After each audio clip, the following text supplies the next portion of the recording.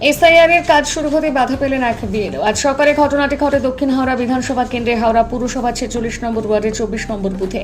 বাগনান খালুর কবিগুরু শিক্ষায়তনের শিক্ষিকা অনুপমা দাস উনসানি গড়পাড় বিএলও হিসেবে বাড়ি বাড়ি এনুমারেশন ফর্ম বিলির কাজ শুরু করেন। কয়েকটি বাড়িতে ফর্ম দেওয়ার পর বেশ কিছু বাড়ির লোক তার কাছে নির্বাচন কমিশনের পরিচয়পত্র দেখতে চান।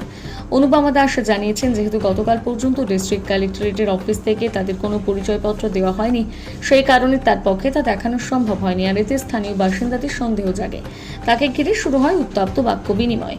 ওই শিক্ষিকা মোবাইলের হোয়াটসঅ্যাপে কমিশনের দেওয়া চিঠি এবং অন্যান্য কাগজপত্র তাদের দেখালেও অনেকেই তা বিশ্বাস করেনি বলে অভিযোগ। এই নিয়ে বচসা শুরু হতে উত্তেজনা বাড়তে থাকে। ঘটনাস্থলে ছুটে আসে জগাছা থানার পুলিশ এসে পরিস্থিতি নিয়ন্ত্রণে আনে। ওই শিক্ষিকা জানিয়েছেন, প্রথম রাজি না হলেও পরে চাপে তিনি এই কাজ করতে রাজি হয়েছেন।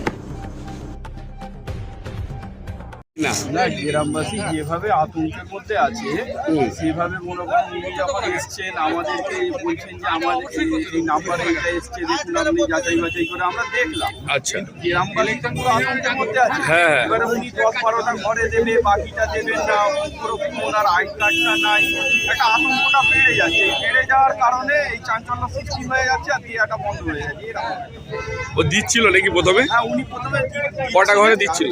হয়তো 4-6টা ঘরে দিয়েছে। তারপরে হইচয়ে শব্দ পেয়ে আমরা ওখানে উপস্থিত হলাম। তা উপস্থিত হয়ে দেখলাম যে বিষয়টা চাঞ্চল্যকর। জনগণ বলছেন, সাধারণ মানুষ ওনার আই কার্ডটা কোথাও, প্রশ্নটা করতে পারে, লিগাল প্রশ্ন আছে যে একজন বিওলো আসছে তার আই কার্ডটা কোথায়। ঠিক আছে, আপনার নাম? আমার নাম ইউনুস আলী মিত্র।